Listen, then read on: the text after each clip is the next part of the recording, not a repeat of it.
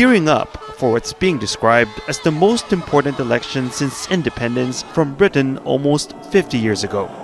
Voters in the country of 750,000 are choosing local officials and electing 50 MPs who will then select the next Prime Minister. Prime Minister Manasseh Sogavare is seeking a second term. He's brought his country closer to China, first by severing diplomatic ties with Taiwan, then by signing a security agreement that has raised fears by the US and its allies of a Chinese military base there. Opposition politicians want a review of the Chinese pact.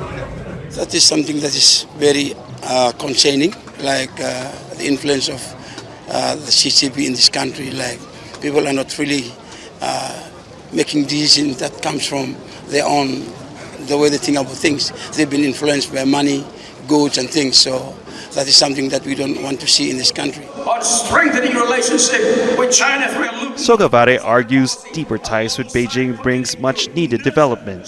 The Solomons was proud to host the Pacific Games in venues built and funded by China. I suppose other Pacific nations will be looking to see what the consequences are of taking a very overtly pro-China stance. I mean, of course, they warm to the connections with China and they like the Chinese aid projects, but they don't like the political pressures. But geopolitics is far from the minds of many voters. They say they want to see an end to vote buying and a better quality of life. The change you want to see is our government putting our people first. That is one of the main important things we want to see. Yeah?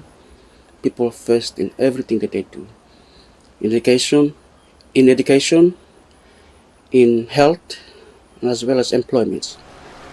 In a country where progress and development have yet to reach many of the remote islands, it's the core issues that will likely determine the result. Barnaby, Al Jazeera. Make sure to subscribe to our channel to get the latest news from Al Jazeera.